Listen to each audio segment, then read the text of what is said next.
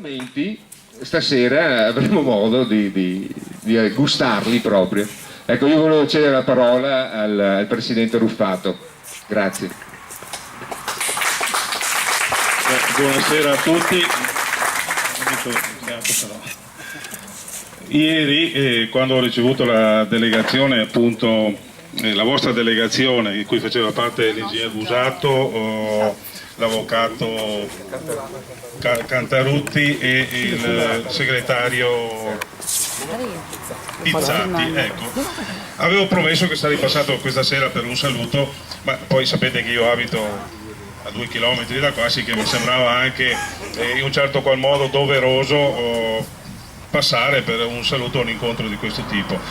Io confermo quello che ho detto oggi, che ho detto anche ieri poi nell'incontro che è stato fatto, che logicamente non è che io mi sia convertito sulla via di Damasco partendo da casa e arrivare qui.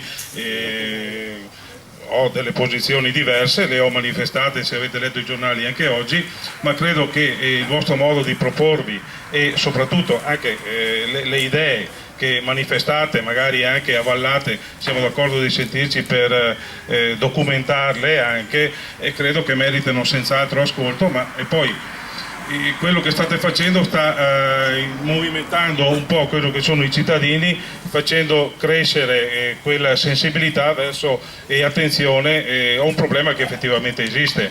Noi Veneto dobbiamo contare di più. Chi attraverso un percorso di indipendenza, chi attraverso un percorso di autonomia, sicuramente dobbiamo portare a casa più risorse, più autonomia. Le competenze le metto dopo, perché se ti danno le competenze senza risorse vuol dire fare autogol, sì che saremmo fregati, ma sicuramente tutti io dico, anche noi che siamo consiglieri regionali, che facciamo parte del Consiglio regionale, siamo stanchi di continuare a pagare ricevendo ben poco. Agli amici con i quali ci siamo visti ieri ho dato anche un documento in cui dimostra effettivamente cosa continuiamo a pagare, cosa continuiamo a dare per quello che è la solidarietà a livello nazionale.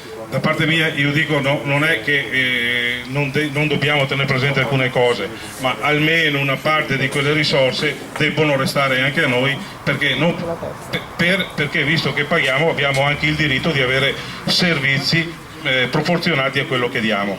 Sicché questa sensibilità che sta crescendo anche per merito vostro aiuta su questo percorso di maggiore autonomia della nostra regione. Affronteremo prossimamente in Consiglio questi temi in un dibattito e poi speriamo di arrivare, magari io spero all'unanimità o se no a larga maggioranza, all'approvazione di qualche risoluzione, di qualche mozione che indirizzi verso percorsi nuovi e soprattutto verso quelli che sono gli obiettivi che tutti noi ci prefiggiamo. Grazie e buona serata a tutti, buon dibattito.